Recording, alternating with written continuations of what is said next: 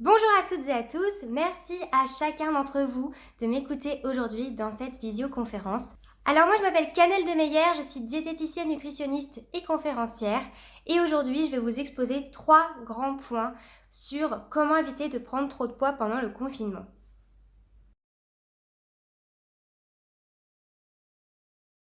Le premier point qui est indispensable, ça va être tout d'abord une alimentation équilibrée. Pour ça, vous pouvez vous référer sur mon article Équilibre alimentaire quand se nourrir rime avec plaisir sur mon site maracuja.info. Mais sinon, aujourd'hui, je vais vous expliquer un petit peu les bases de cette alimentation équilibrée. Il faut savoir qu'une alimentation équilibrée, c'est la base de toute adaptation alimentaire. Vous avez une assiette, pour faire un résumé assez simple, vous avez une assiette.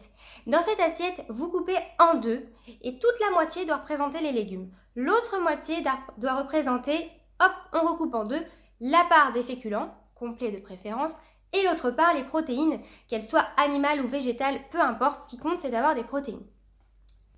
Donc ça c'est la première partie indispensable et vraiment courte sur l'équilibre alimentaire, c'est à quoi ressemble mon assiette, et cette assiette elle ressemble à ça.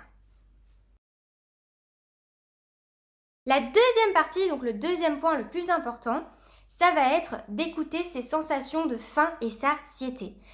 Pourquoi c'est hyper important, surtout en période de confinement? Parce qu'en période de confinement, surtout si vous êtes sportif, vous avez peut-être vu à la baisse votre activité physique et sportive, ce qui fait que vous avez moins de dépenses. Donc si vous avez moins de dépenses, forcément vous avez moins de besoins. Donc si vous avez moins de besoins, si vous mangez la même quantité d'aliments que d'habitude, tout simplement vous allez forcément prendre du poids. D'autant plus que, en ce moment, comme vous faites beaucoup d'habitudes de sport, vous avez un métabolisme qui est plutôt accéléré parce que de manière fréquente, vous allez faire du sport. Donc votre métabolisme va être accéléré. Sauf qu'en ce moment, votre métabolisme, il a dit « Non, moi, en ce moment, j'ai décidé d'être au ralenti ». À une même quantité d'aliments, vous allez prendre plus facilement du poids parce que votre métabolisme va être plus lent. Donc ça veut dire qu'il va être plus lent à brûler les graisses que d'habitude.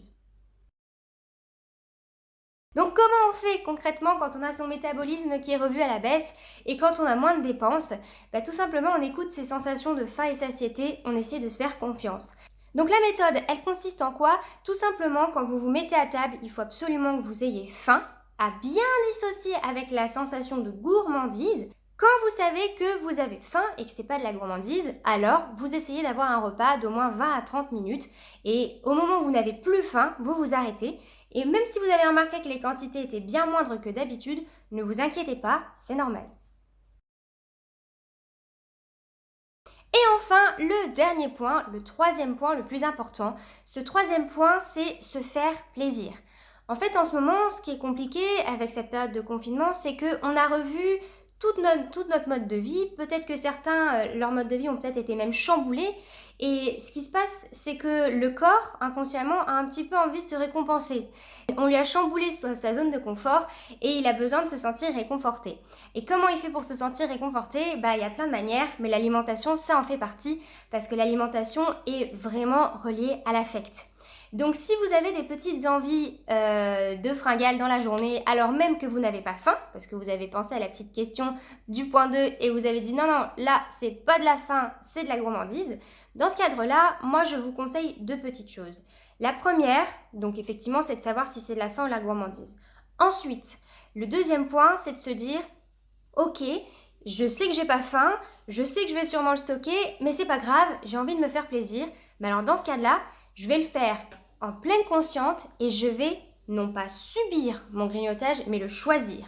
Choisir son grignotage, c'est quoi? Choisir son grignotage, tout simplement, c'est dire je vais prendre telle quantité. Vous avez une envie de chips en plein milieu de la journée? C'est très bien. Alors dans ce cadre-là, vous prenez 2 poignées, mais pas le paquet. Et vous vous dites, ok, je ne vais pas manger ces 2 poignées de chips, je vais les déguster.